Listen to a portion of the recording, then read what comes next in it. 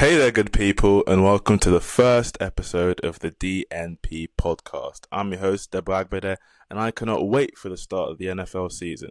I'll be with you throughout the year as we're just under a month away from opening day. There'll be weekly podcasts plus reviews after every primetime game, so stay tuned. Follow the pod on all platforms, like and subscribe on YouTube so you can stay up to date with each upload. Now, first and foremost, on Monday, Mike Sando of The Athletic released his quarterback tiers for the 2025 season, where they surveyed 50 NFL personnel ranged from head coaches, coordinators, GMs, and assistant GMs. Quarterbacks were separated into 5 tiers, with each having its own distinct description. Tier 1 means that they can carry the team each week. The team wins because of him. He expertly handles pure passing situations, has no real holes in his game. He's the elite of the elite, the creme de la creme, basically. Tier 2 can carry his team sometimes, but not as consistently. He can handle pure passing situations in doses and or possesses other dimensions that are special enough to elevate him above Tier 3. He has a hole or two in his game. Tier 3 is a legitimate starter but needs heavier run game and or defensive component to win. A lower volume drop back passing offense suits him best, so probably not as reliable, so to speak, but can be a legitimate starter in this league, and someone who you can go into a season believing that there is something we can do here. Tier 4 could be an unproven player, not enough information for us to classify, or a veteran who would ideally not start all 17 games. And Tier 5, which in this edition is the Kenny Pickett tier, is best suited as a backup, which I guess based on what we've seen so far in his career would probably be a fair classification to put him under. So, Tier 1 comprises of Patrick Mahomes and Joe Burrow unanimously. No regrets there. Reigning MVP Josh Allen got 47 out of the 50 votes in Tier 1. Lamar Jackson, 2-time MVP, got 46 out of the 50 in Tier 1.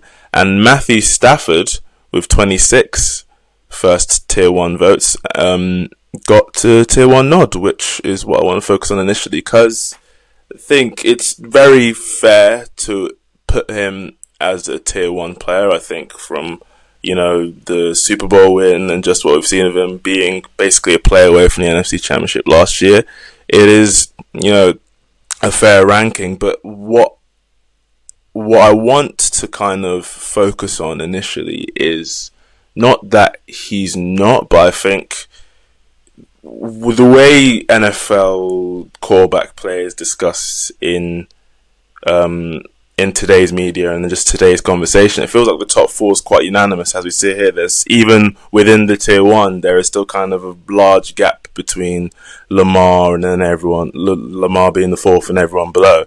So it just seems that there is still that kind of separation, so to speak, and whether, I think it's fair to put Matthew Stafford there as a Tier 1, but I think there should, in my opinion, when you're looking at the rest of the likes of a Jayden Daniels or a Jared Goff or a Jalen Hurts, I'm not sure how far the separation is in terms of, Stafford's a tier above those. I think maybe you either expand Tier 1 personally, like maybe this, what the Athletic have put out is a bit, not say limited, but I think there is still sort of a separation in terms of what at least the NFL deems of these quarterbacks. Like, personally, I don't think much separates Matthew Stafford specifically from Jayden Daniels. From what we saw last year, I feel like there is enough there in terms of what he's put out on the field. Like, taking Commanders team now, was 3-14 the year prior to an NFC Championship game berth. Despite the performance in the championship game, which actually Jayden Daniels personally was no fault of his own, why the Commanders weren't able to get the win there. So, in my personal opinion, I don't feel like it's fair on Jayden's part. Or not that it isn't fair, but that I feel like Jayden Daniels put out Tier 1 film and put out Tier 1 play, and maybe the nod wasn't given to him for Tier 1 because, as a rookie, so there's just 1 year. Actually, let me quickly go into the website and see what the write-up was on him. So, they say no second-year quarterback has made higher tiers debut than Daniels, which is fair.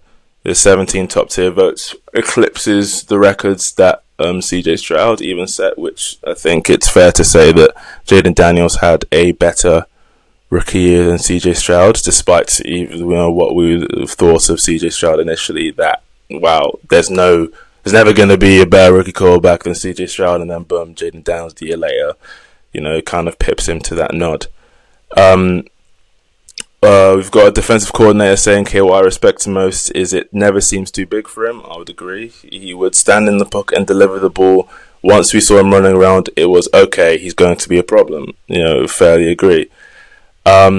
So we even got one of the NFC East voters saying he's probably the best passer in the division. Wow, okay. I feel like Dak Prescott may have something to say about that. 10 years of play, you'd kind of hope that, Ricky wouldn't pip you to that spot. But I think based on, the completion percentage and the lack of turnovers, which is, again, another big thing, is that despite Jayden Daniels being a rookie, it seemed like his performance levels and what he put out there was veteran caliber. And in my opinion, the fact that he's a rookie kind of should intend to make him even more considered as a tier 1 player, because wow, okay, this guy was able to put out veteran level stuff as a rookie. Imagine what he's going to do in the future. Like, maybe you don't want to crown him too early, which, I guess is fair, especially as these are mostly opposition voters. So you don't want to, you're not going to have as, high a view, or so to speak, to just say, this guy, he's a day 1 guy, let's just put him up there and, move on. You kind of want to say, I want to see more. I think we'll see more, based on what we've got in the first year. Like, I don't know, I feel like, there's a lot of made of, they've got more film on the guy now that, okay, we'll get a bit more sophomore slump. But if anything, the Commanders as a roster have gotten better. Adding Laramie Tunsil, adding Debo Samuel. Obviously, there's still the Terry McLaurin element that needs to be addressed. But based on what, based on anything, Jayden Daniels also has more film on the defenses he's going up against. So, if anything, I feel like there's more of a reason to say that, okay, this is a guy that's going to inevitably gets to that tier 1 spot. Okay, I think based on what I said earlier, there's actually more of a idea as to why they don't want to put him in tier 1. This excerpt says, I think he's tremendous, a head coach said of Daniels. I don't want to won him because I want to see another year. Get me halfway through that second year and I'll have a good feel. The defensive coordinators will all have had their shot. Okay, so which is fair. I think I've kind of got my answer there in terms of why there isn't the tier 1 nod of him just yet. But, I guess in my personal view, there's a little, less of a rookie title on Jayden Daniels. And, we saw veteran level play. We saw veteran level, decision making and veteran level, timing on all that sort of stuff. So I guess I just kind of put the rookie thing and just throw that in the trash and say, no, I've seen enough. I've seen what the guy's done in his first year, and I think like this is just going to be what Jayden Daniels is for the rest of the career. And especially the NFL, especially the NFC East, all of the above. It's going to be difficult to not see the Commanders thereabouts for the next 10, 15 years, so to speak. Now let's put up the full tiers and just kind of give a view. What I can gather from at least the tiers 2 and 3 is that it is very congested, and if anything, there isn't much between the tiers. Really, from like 7 to 14, I think is quite congested, and if anything, in a year's time, we could easily see, a lot of droppage. But it's literally results based. Like looking at Justin Herbert, which is still putting him at 7 despite that wild card performance against the Texans, still putting him above the Super Bowl winner Jalen Hurts, CJ Stroud, who beat him, Jared Goff, who that was a bad performance in the game against the Commanders in that playoff last year, but I think we've obviously seen them go to an NFC Championship game. I feel like I'm slamming on Herbert here, but I know a lot is made of him being the hypothetical guy, and when his 2 playoff performances are a 27-point comeback on his head by Trevor Lawrence, who we have 18th on the list, I think he'll overperform that this season. Look out for the predictions to come, and then the 4 interception game against the Texans. It's like, okay, Justin, like you've performed really good in the regular season, and we've seen great sparks from you, but we need to see that, need to go the extra mile. And I don't know, I feel like there's obviously great tape there, and if you had to build a quarterback in the lab, it wouldn't look too far off from what Justin Herbert is physically and talent wise. So I understand why the NFL personnel would still put him in there at 7, but I don't know, I feel like there's still more to do. There's still more, especially when you're considering him above the Hurts and the Stroud, Goff, heck, even a Baker Mayfield at 11. Like we've seen some, the arrow going up for Baker. And hey, if the Bucs have a really good season this year, obviously in the NFC South division, maybe Baker puts himself a bit more in the 5 to 12, 5 to 7 range, as opposed to being 11. So, I think, all in all, like there's not a great delineation from, I guess, my personal view, and I think from general public, I think the NFL personnel obviously have much more, experience and knowledge than, little old me and, Kingston upon Thames, but, I don't see, too much far. Interesting that Kirk Cousins is still in the tier 3. I feel like, from what we saw at the end of the season, or at least at the end of his run in Atlanta, seemingly, it's like, that 1 touchdown, 9 interception run, it feels like he's obviously at the bottom of the tier 3, but, that was some tier 5 level, that was some Kenny Pickett level play.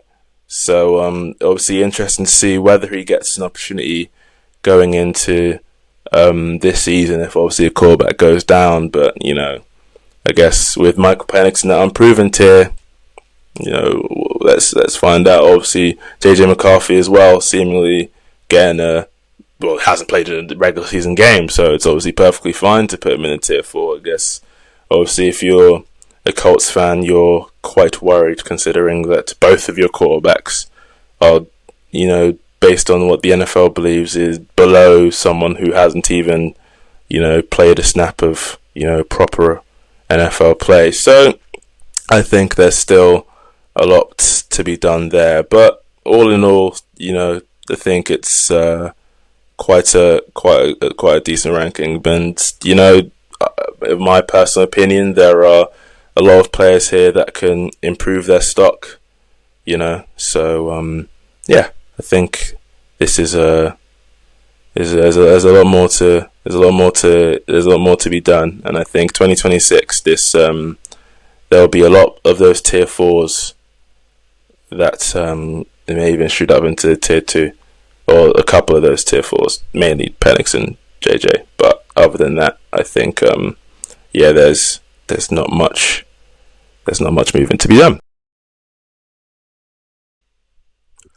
Alright, let's go back to Friday night when Shedeur Sanders, obviously 5th round pick of the Cleveland Browns, made his preseason debut. Obviously that was, much looked forward to, considering the name that he bears and all the chat around him. And I remember being on holiday with my mates during the draft, and we're all like, oh, hold on a minute, first round's gone, Shedeur's not done. Day 2 goes, Shedeur's not drafted.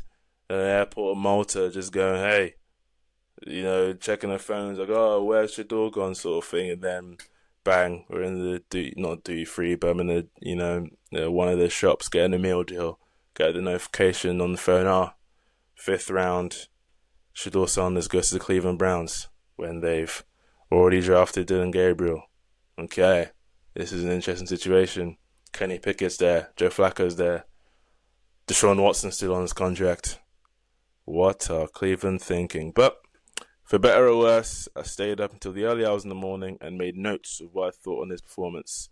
So I'll just go through each note one by one, just based on what I saw, of Shedeur Sanders. Obviously, his stat line looks pretty good. I think you look at, he threw the ball well, two touchdowns, looking really good, 19 rushing yards, 0 picks, 0 turnovers. That's what you're looking for, at least in the preseason outing. Just showing off flashes, showing enough, based on, where you rank in the depth chart. We just, don't overdo it. Don't go there and, poop your pants, so to speak. Show us what you can do. So, first and foremost, I think he looked pretty composed. I think, obviously, what you saw of him at Colorado, he wasn't someone who, looked erratic or, was just, running into D linemen, and, the passes are coming out quite, when you're watching the game and it's like, I don't know, man. You don't see, remember Sam Darnold saying he was seeing ghosts. You could tell against that Patriots team there's something not right here. But I guess what Shedeur said, he looked comfortable in the pocket. He was, moving around. He was moving around when he needed to, and not just, moving around for the sake of it. Obviously we see the likes of Caleb Williams. Not to say that Shedeur's better, obviously. He is still preseason, but he's going up against Carolina starters with the Browns backups. And if you're a backup for the Browns, there's an uphill climb to make with regards to your career, which obviously they all know. So I think what Shedeur was able to do in kind of, managing his level of play and managing not, trying to force throws and, making decisions comfortably and, having the composure as the quarterback of a team to not just be wild. So I think Shedeur did a pretty good job of just, looking comfortable. And I think that actually puts him in good stead. Second note, perfect timing. See what I did there? Yeah. I'm not gonna sing it, but obviously the bootleg was able to, put a ball where it needed to be, where only the receiver could touch it and catch it. And I think when, your quarterback is able to do that sort of thing, and obviously Shedeur had a very high completion percentage, I believe, the highest completion percentage in a season in FBS history. Correct me if I'm wrong. I'm sure there'll be people who would love to, correct someone based on what they do. But I think that first touchdown, especially when I saw it, I was like, oh, hold on a minute. Okay, that looks good. That looks like someone who, can start in the NFL, and, based on those quarterback tiers, someone who can see himself at least on, that tier 4, upper tier 4, lower tier 3, where, you can win with them. They're not the complete hindrance. Again, we saw it says 0 interceptions. There's something to build off of here. Not gonna, burn down any trees, set the world alight, but at least someone who, especially if you're the Cleveland Browns, the quarterback play you've had of recent years, you just have someone who's steady and composed and, not, reading what the defense gives them and not just, playing wild. So, I believe that first touchdown was a good omen for what Shedeur can be in this league. Third note, athletic enough. 4 rushes for 19 yards. One of them scrambles especially to get first down. This isn't someone who's, not to say that he's a, great runner or someone who's going to, have that quality of, rushing for long, explosive plays. Like, his explosive plays aren't going to come from, running the ball on his legs, but definitely someone who, when there's a man defense and there's like, oh, we forgot the quarterback, he can get you your 5 or 6, your occasional 10 to get the first down in a critical situation. So obviously a lot has been made that he's not gonna be able to do anything with his legs. He's gonna be a statue in the pocket. He's not gonna be a statue in the pocket. He's gonna be perfectly fine. That second touchdown, he did well to evade the pressure. He did well to kind of, move in a way that the running back can get his block off from the blitzer and, get that ball where it needs to be. So I think Shedeur's definitely not going to be a complete pumpkin statue in the pocket. He's going to be able to move the ball where it needs to and, move himself where he needs to, at least not be a complete, muck up in this league. So yeah, the kid's athletic enough, so I think he'll be fine in that regard. Next note, decent amount of zip. I think his arm's fine. His arm, a lot of people again say his arm's a bit. No, I'm not saying noodly, but his arm isn't what it needs to be. I think his arm's fine. There's a decent amount of zip on that ball. That ball, gets where it needs to be on time. It's a great amount of touch. Like, there were a couple of those throws there. I remember there was one-handed grab by the receiver. Again, in between, intermediate, and that's kind of the most important sort of throw that a quarterback needs to make. There are a lot of quarterbacks that can bazooka that ball from point A to point Z, row Z, if they need to, but you don't need to do that all the time, or at least you need to be able to do that accurately. And there are a lot of people with those gargantuan arms that can just sling that ball, but it's overthrown or it just sails and then it's an interception. Like, you don't need to have a massive arm. You need to have a steady arm, an arm that's enough. There are a lot of quarterbacks that have been able to succeed in this league that with fine arms, and I think Shedeur ranks in the fine arm category. Not explosive, not fantastic, not like over the moon, but fine and good and settled. And yeah, there's a good amount of touch in his throw to make the throws that he needs to in this league. So again, I think Shedeur is fine in that regard. Next note, I mentioned earlier, that second touchdown, snaps that ball, blitzer coming, little move to get the blocker in the way, or at least let the blocker make his block, scramble to his right, and bang, that throw, I believe, back of the end zone. That's a good one. That's what we need in terms, or at least the Browns need for sure, in terms of what they need from their quarterback. Someone who is, because the Browns are going to feel like the Browns quarterback, whoever starts, and obviously you believe it's going to be Joe Flacco, there's going to be a lot of pressure coming your way, and you need to be able to deal with that pressure. At least in that second touchdown, I believe Shedeur showed enough to where, okay, at least in this instance, I can move the way I need to be able to, get that ball away from me. So yeah, it's definitely an interesting notes to be made. And that next note, which I think I'll expand on a lot more, is everyone but the coaching staff wants Shedeur to start. I believe there was one sign that read, what did it say? That if you want to win, put 12 in, and obviously Shedeur Sanders is number 12. So there, it felt like every every time Shedeur made a good play, the camera was panning to someone of a Browns fan that was very excited, and obviously they're all repping.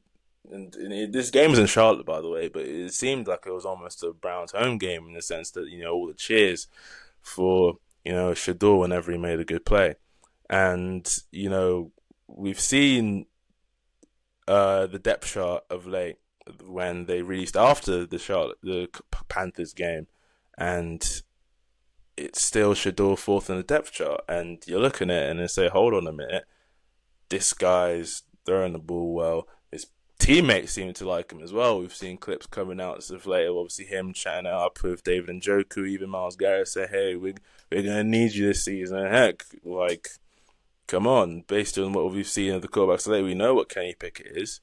I think no one was looking at Dylan Gabriel as someone who's a better option than Shedeur in the draft. He obviously ended up going 2 rounds ahead, but like in terms of ceilings, it feels like both have defined ceilings, but at least Shedeur's, because of at least his physical build, is at least got more to give you than a Dylan Gabriel. And obviously we haven't seen Dylan Gabriel in game action yet. He's had some tightness on his hamstring, I believe, but like no, he wasn't exactly pulling up trees at Oregon. So to still have him above Shedeur in the depth chart, maybe it's terms of like managing expectations and being like, okay, he was good, but let's at least see the other guys and see how they work in our scheme and see how they work in our offense. But it just seems like the way to get the fans on board and the way to get even the team on board with obviously all the decisions that have been made in the past.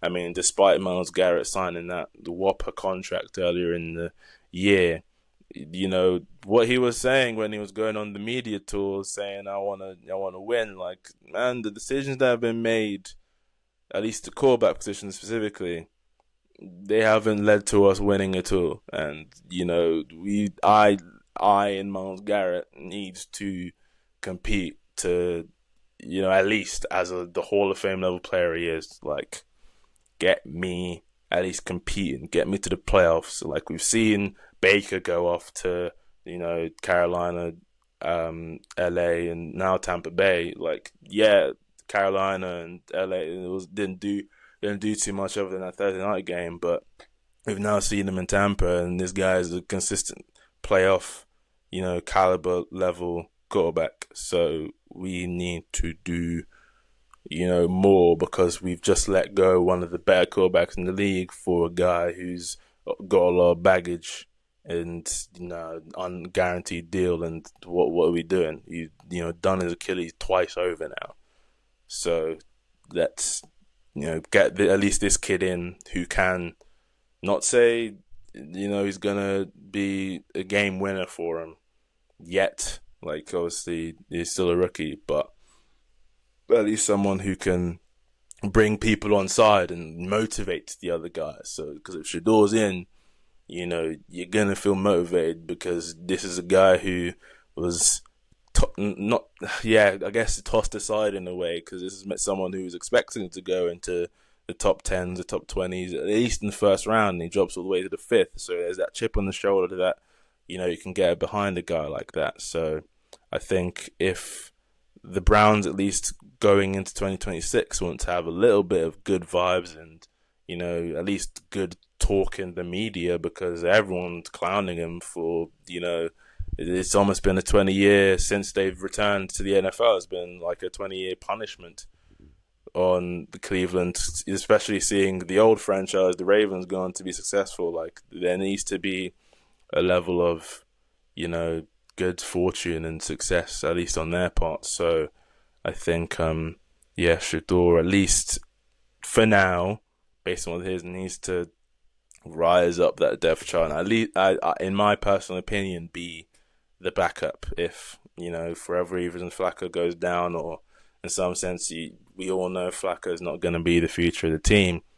Okay, season's done, at least competitive-wise. Let's get my man Shedeur in there so he can, throw up the wrist and, get get everyone excited in Cleveland, which, at least is something that hasn't been said a lot in the past 20 years. So I think that's something that should be considered, at least. So yeah, that's the first episode done. Thank you for listening. Thank you for joining. It will, obviously going into the season, we'll have a lot more content coming up for you in the coming weeks. So I'd say, like, subscribe, follow the pod on all your relevant platforms, and look forward to saying a bit more about what the NFL has to offer. Season's coming, people. Let's get excited.